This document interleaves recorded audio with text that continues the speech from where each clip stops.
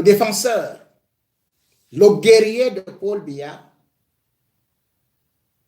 et il use, désabuse. Amougou Belinga.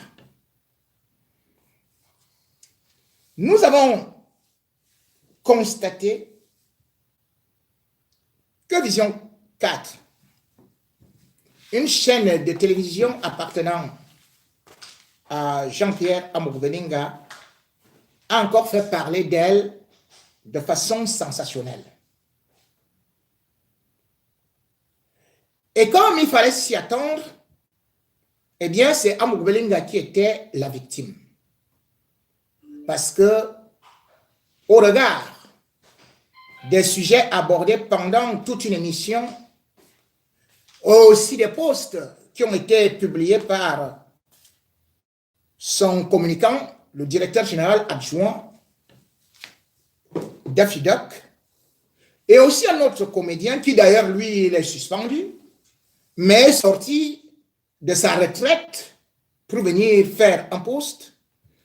On constate donc que le monde entier en veut à Jean-Pierre Amougou Belinga, que les impôts lui en veulent et que surtout, on a voulu l'escroquer, lui faire du chantage par rapport à un redressement fiscal.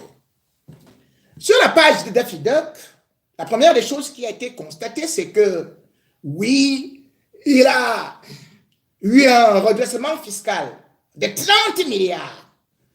Et puis, pendant l'émission, on a argumenté que cela n'était pas possible parce que c'était juste une façon de vouloir anéantir celui qui est le levier communicationnel de Paul Biya.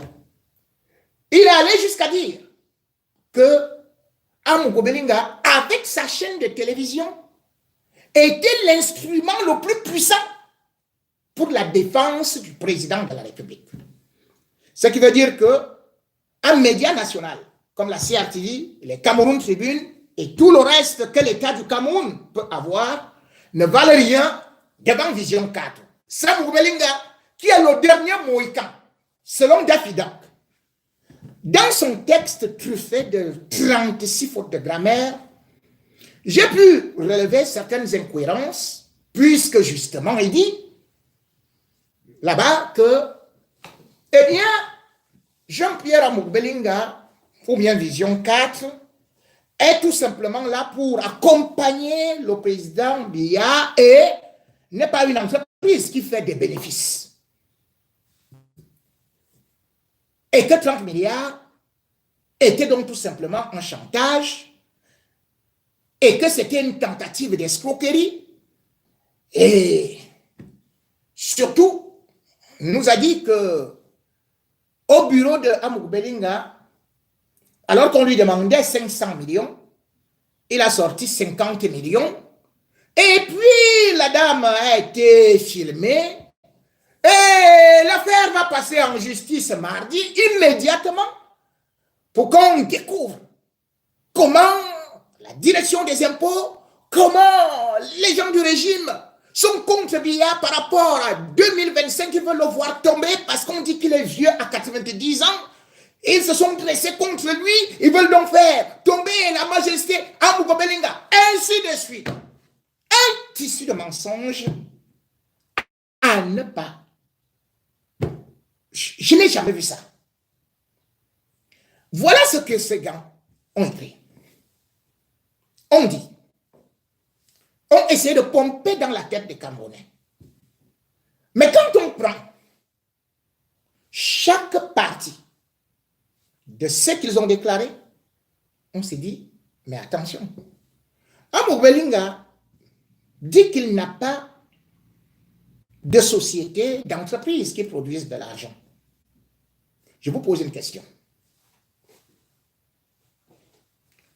Amougou Belinga construit une tour jumelle à Warda, 5000 mètres carrés, 5 niveaux, 250 bureaux. Le coût 10 milliards. Amougou Belinga annonce qu'il va construire une bibliothèque à Paul Biya. Le tout à 500 millions. Amougou Belinga dit qu'il n'a que les chaînes de télévision qui, comme le dit Daffy Duck, ne rapportent rien. Question. Amougou, l'argent tombe du ciel. L'argent là sort du robinet. C'est la première question. Quelqu'un dit donc qu'il n'a pas des entreprises qui produisent, mais cependant, il vous dit que lui, il participe à la politique de Biya pour donner des emplois, 2000 emplois aux jeunes, pour faire des investissements, pour faire ceci.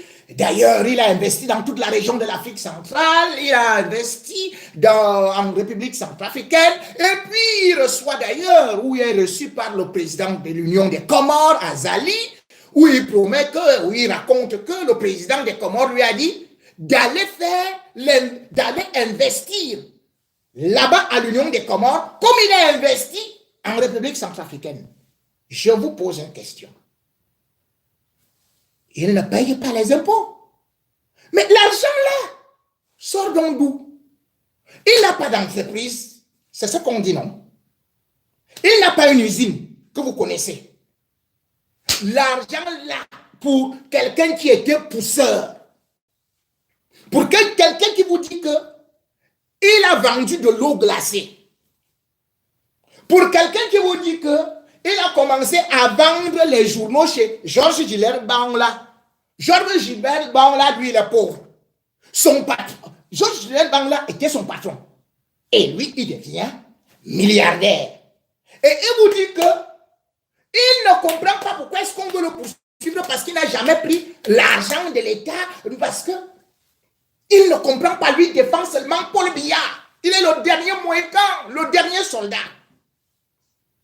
Ce que je vais d'abord demander, je vais sortir juste quelques petits trucs pour qu'on m'explique comment est-ce que Amougou Belinga parvient à avoir certaines choses et certains marchés. Si c'est uniquement, comme on me dit, que c'est l'argent de Vision 4. Enfin, que Vision 4, l'anecdote, qu'on ne doit pas taxer.